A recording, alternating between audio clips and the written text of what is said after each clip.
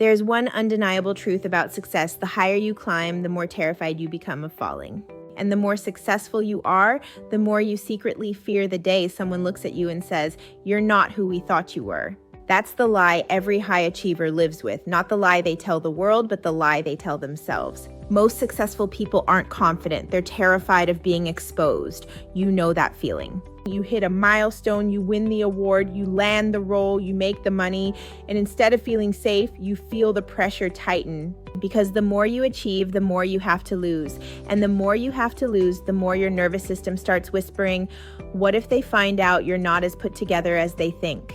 That's the quiet war you fight inside your own mind. And today, I'm going to tell you why it happens, how to stop it, and how to build an identity that doesn't break under pressure, but gets sharper because of it. Hi, Unbreakable leaders.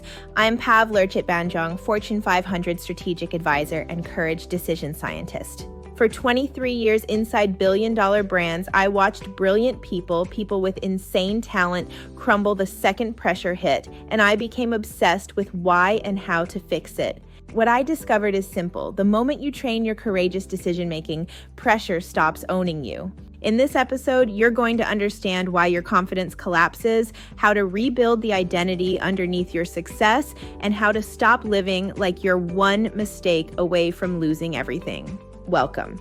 This is Pavness, Courage Under Pressure. If this already feels like something you needed but never heard spoken out loud, make sure you're subscribed and share this with someone who carries the same weight you do. Let's dive in. Let me take you into a moment I'll never forget when I once had a chance to shadow a high-stakes boardroom meeting, 10 executives. Pressure so thick it felt like trying to breathe underwater. We were seconds away from announcing a restructuring, the kind that would send shockwaves through an organization. The VP leading it? Sharp, brilliant, a killer strategist. But in that moment, right before he spoke, his voice wasn't strong. It cracked, just slightly. You wouldn't have noticed unless you were paying attention, but I saw it, the microsecond of fear, the flash of, what if I screw this up? What if this is the moment they realize I'm not the person they think I am? Afterwards, he pulled me aside, closed the office door, and whispered, I shouldn't be the one leading this. I don't know why they trust me. I feel like I'm 2 bad decisions away from everything collapsing. This was a man making 7 figures, responsible for hundreds of lives, and inside he felt like a scared child about to be found out. And here's the truth nobody tells you. The more successful you are, the younger your fear becomes. You don't fear losing the role today. You fear reliving the moment in your past where you felt small, unseen, or not enough. Your imposter syndrome isn't about competence. It's about a wound you outperformed but never healed. Every high achiever knows this moment. Maybe not in a boardroom, maybe at 11:47 p.m. the night before a major presentation, staring at your laptop feeling like everything you built is resting on a decision you haven't even made yet. Maybe after hitting a milestone, everyone applauds, but you can't feel. Maybe in the silence after a win where the applause fades and you worry you won't be able to repeat it. And here's where the psychology kicks in. Your nervous system is not calibrated for the level of pressure you operate under. You learned to survive through achievement. Achievement became your armor, your emotional escape route, your safety strategy. So now, every time pressure rises, your brain doesn't see it as a challenge. It sees it as a threat to your identity, a threat to your belonging, a threat to the version of you had to become to succeed. This is trauma looping, but disguised as ambition. It's chaos fragility, but masked as excellence. It's decisional drag, but wrapped in perfectionism. And it's identity collapse, but labeled as imposter syndrome.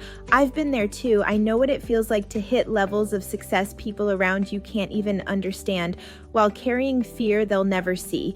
The fear of letting people down, the fear of not being chosen, the fear of not being enough once the performance ends, the fear of being replaced by someone faster, smarter, more trained for the AI era, the fear of losing the identity that's protected you for decades. But here's the twist nobody talks about. You don't feel like an imposter because you're weak. You feel like an imposter because your identity never caught up to your reality. You grew. Your identity didn't. Your success upgraded. Your self-concept stayed old. You became powerful, capable, accomplished, but the version of you inside stayed the child who wasn't sure if they belonged.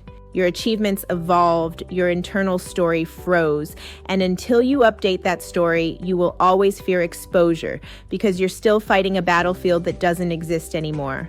Now let me give you the framework that will help you break this once and for all. I call it the Achiever Identity Reset Protocol, part of Pavness Courage Decision Science model. And it's built on 3 simple tactical steps that create immediate internal stability under pressure. Step 1, name the wound, not the weakness. When pressure hits, don't say, "I'm doubting myself." Say, "My old wound is activated." It separates your identity from your fear. Your fear becomes a signal, not a verdict. Step 2, bring your identity into the present. Ask, what version of me is actually leading this moment?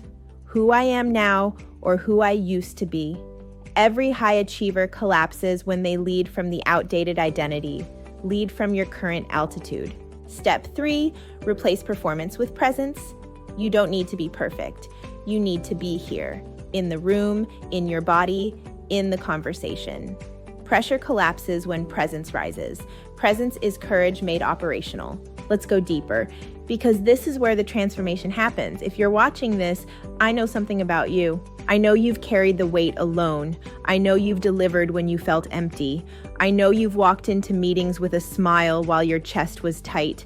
I know you've been praised for strength that was actually survival. And I know a part of you is tired of being the one everyone counts on while you fight battles no one sees. So here's the truth. You don't need more confidence. You need a healed identity. You need a nervous system that trusts you. You need inner safety and not outer validation. You need courage and not performance. Confidence collapses under pressure. Courage doesn't. Next time you feel that wave of, "I'm not good enough," do this. Pause, put your feet on the ground, lower your shoulders, and ask, what is the fear underneath this achievement? When you can answer that, pressure stops owning the moment. You reclaim command. Let me give you the playbook to use today. Simple, tactical, no fluff. 1, interrupt your imposter thought within 10 seconds. Thoughts that go unchallenged gain authority. Replace them with identity anchoring truths. I earned this. I built this. I belong here. 2, act before your fear finishes its sentence. Leaders don't wait, they decide. Micro action kills macro fear. 3, speak one honest sentence in your next high stakes moment. Authenticity stabilizes your nervous system faster than confidence ever will. 4, normalize pressure instead of fearing it.